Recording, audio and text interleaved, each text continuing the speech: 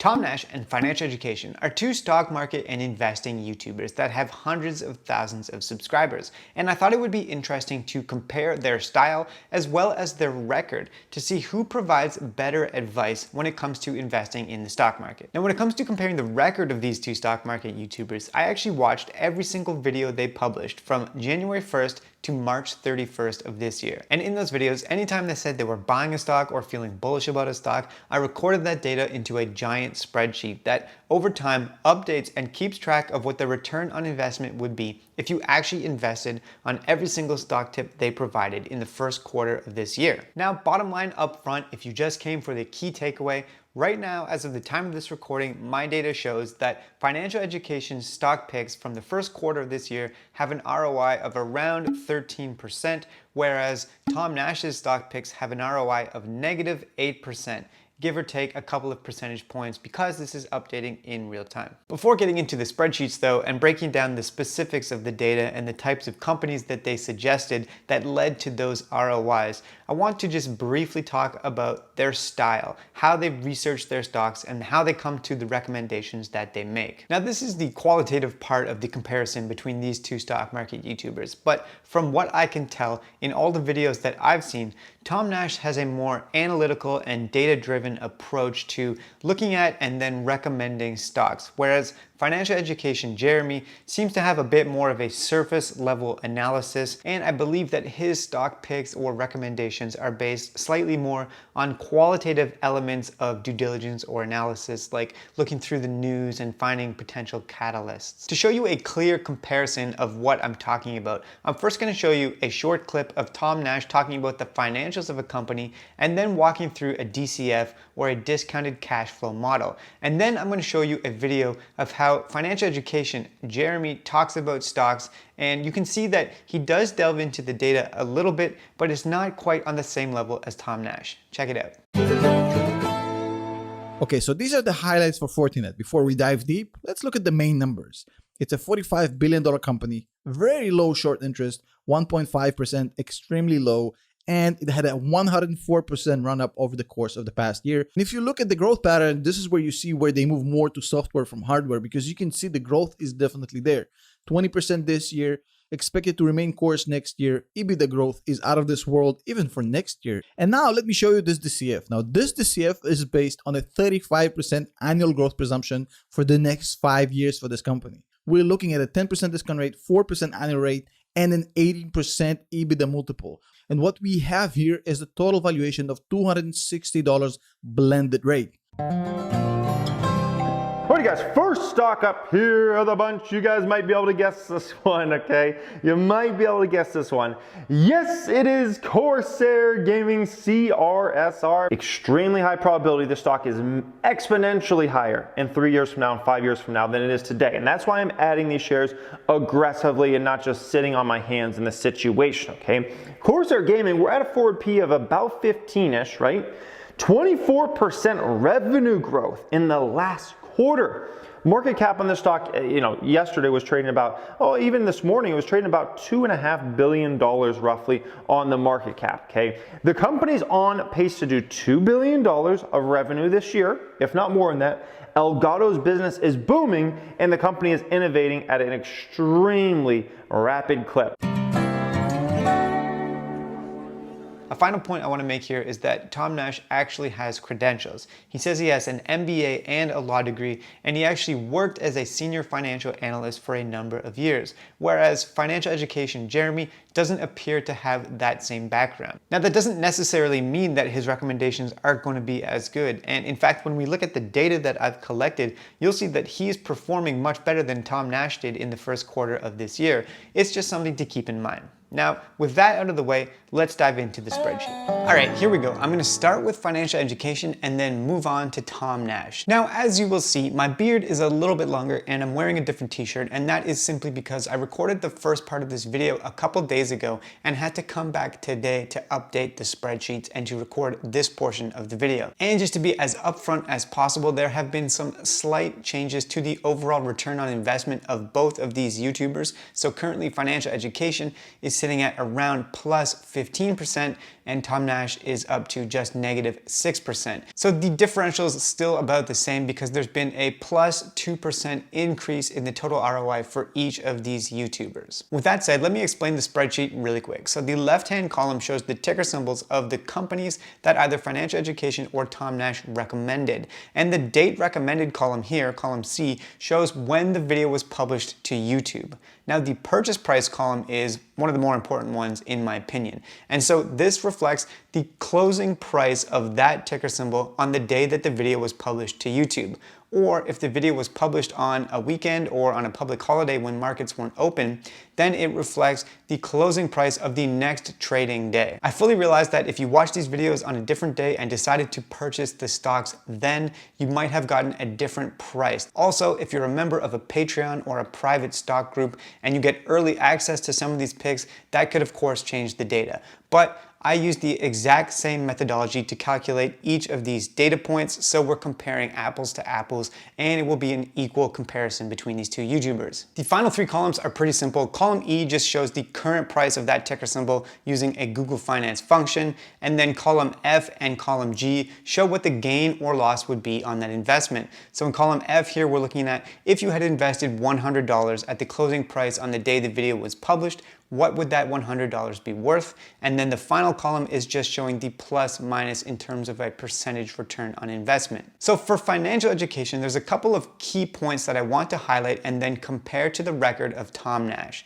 And first of all, what I want to show you is the number of stock picks that financial education made in the first quarter of the year. You'll see as I scroll down here that he made almost 100 stock picks. Now, that's not 100 distinct ticker symbols because there's a lot of repeat companies in there. And he has a couple of sort of pet project ticker symbols that he likes to talk about over and over again. For instance, Tattooed Chef is one of those. That said, 100 ticker symbols is of course a lot over the course of a single quarter. And that kind of diversification, I think, is helping financial education's portfolio as compared to Tom Nash, which I'll show you in a minute. Now, as you can see down here, the total ROI currently is just over 15%. So like I said, it's around a 2% increase from when I recorded the first portion of this video. Scrolling back up to the top here, the next point I want to make about financial education's stock picks is that he recommends a lot of large cap household name companies. For instance, if we're looking at the ticker symbol column here, we've got Walgreens, Apple, Google, Facebook, Amazon, Microsoft, Tesla. So there we're seeing a lot of large, well-established companies with proven revenue and proven growth models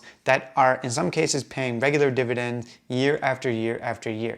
And those are the type of stable investments that will see less volatility. And this is another major reason why I think financial education is currently doing better on his first quarter picks than Tom Nash. But to fully explain the massive differential between these two stock market YouTubers, which is over a 20% difference in ROI at this point, we have to look at a couple of specific stock picks. And what's really pulling this entire portfolio up significantly into the positives is two picks from February, when financial education recommended AMC on February 9th here, and then again on February 12th. And with these two picks, we're seeing a massive gain, 727% on the first and 714% on the second. On the other hand, there are a couple of stocks or specific sectors that are dragging financial education's entire portfolio down. And one that I want to highlight for you here is the meat substitute or vegan meat industry. And there's two ticker symbols that financial education likes to talk about a lot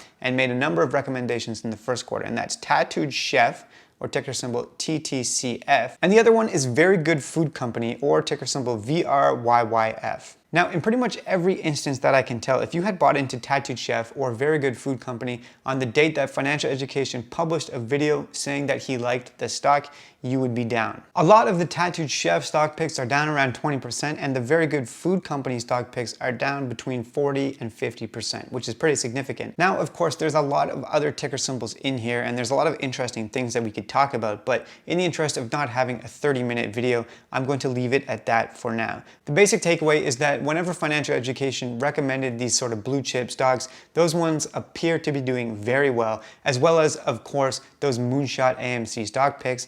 but some of the other riskier plays, for instance in the vegan meat substitute market, have not been panning out that well. That said, having an ROI of over 15% at this point just from stock picks from the first 3 months of the year is obviously incredible, and I don't think anybody could be upset about that. Okay, now let's check out Tom Nash. For starters, to give a complete comparison, let's look at the number of ticker symbols that Tom Nash recommended. And you'll see as I scroll down here that it's just about half of what Financial Education recommended. Tom Nash is sitting at under 50 ticker symbols for the first quarter, whereas Financial Education, of course, was closer to 100. Another point of comparison is that Tom Nash recommends fewer household name, blue chip, large cap companies. Of course, he's got some in the list. You've got Oracle, you've got Apple, you've got Amazon, but there's also a lot of more speculative picks. And in my opinion, some companies that have higher risk, but also higher reward propositions. For instance, you've got pharmaceutical penny stock companies like CheckCap, which if you had bought into those picks when those videos were published,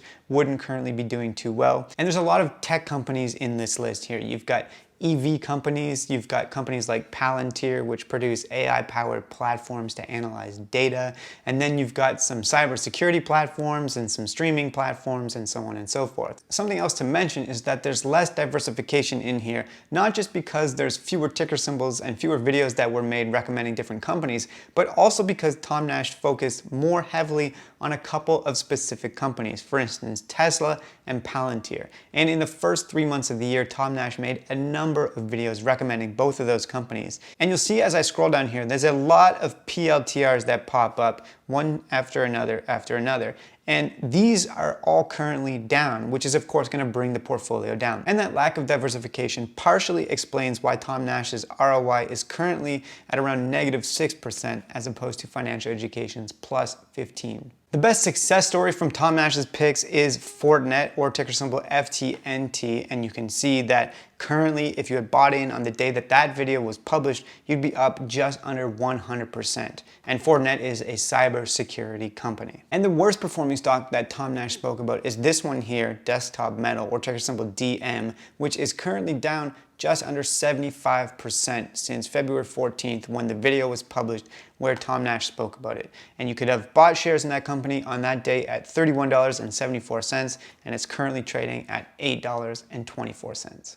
Now, for any Tom Nash followers that are watching this video, I want to make it clear that this spreadsheet is not measuring picks that were provided early in the Patreon, and I know that he has a separate way of keeping track. But this shows what would have happened if you invested in each of these companies right after the YouTube video was published. So there we have the quantitative comparison of the first quarter picks from both of these stock market YouTubers. But there's a couple more points that I want to make here. And the first one is that it's only August now. So all of these stock picks were made less than a year ago. And neither of these two stock market YouTubers are saying that they're in it for day trading or swing trading. These are supposed to be long-term picks. So that means that if we keep track over time, we might have a better idea of what the results will be. And the second point is that if you had risked a lot of money on meme stocks like AMC back when they were still trading at less than $6 a share, then of course you could have made a lot of money. But that was a huge risk to take. And to illustrate the point, I want to show you what happens if you remove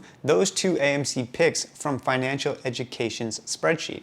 So if I delete row 39 and row 45 and scroll back down to the bottom, you'll see that Financial Education's total ROI would only be around 1%. Now, he's still outperforming Tom Nash on that basis, but you can see just how much those two single picks have been pulling up the entire portfolio. So obviously with those two AMC picks, Financial Education saw some massive gains, but I think that it easily had the potential to go the other way. Anyways, there you go. There's a comparison of these two stock market YouTubers that have a combined following of almost 1 million subscribers, and I'm sure that a number of their subscribers and followers actually invest based off of the videos that they published. So I thought it would be interesting to compare their qualitative style as well as the actual quantitative data on what stock picks they recommended in the first 3 months of the year.